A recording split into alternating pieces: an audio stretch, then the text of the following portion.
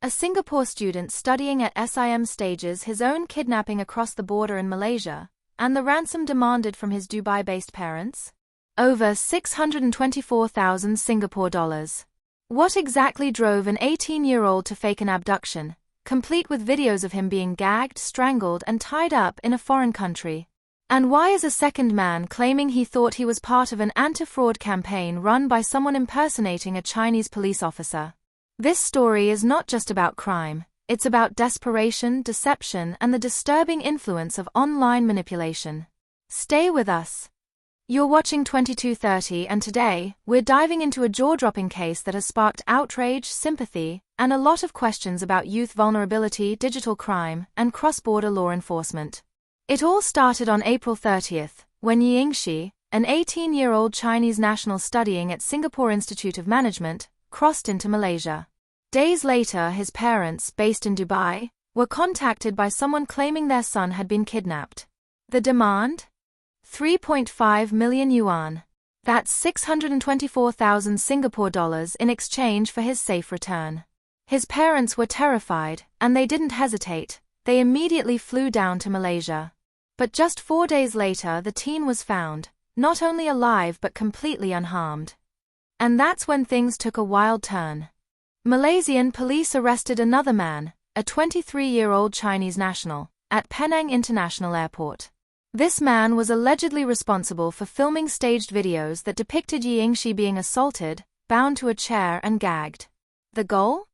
To trick his parents into believing the kidnapping was real.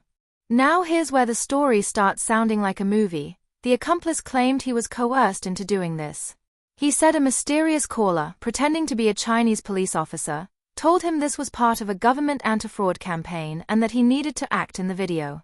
That same narrative was supposedly used to manipulate the student into playing along.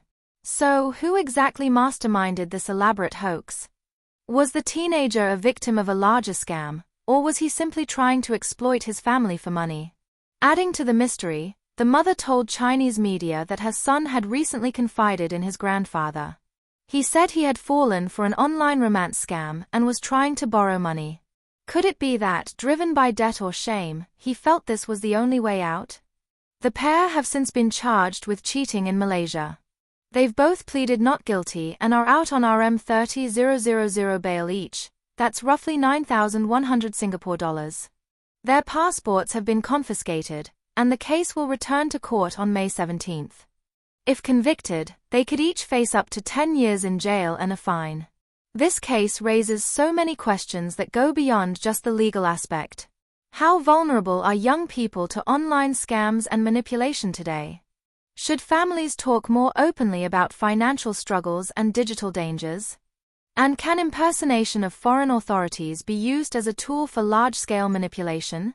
We'd love to hear your thoughts. Would you be able to tell if a loved one was faking a cry for help?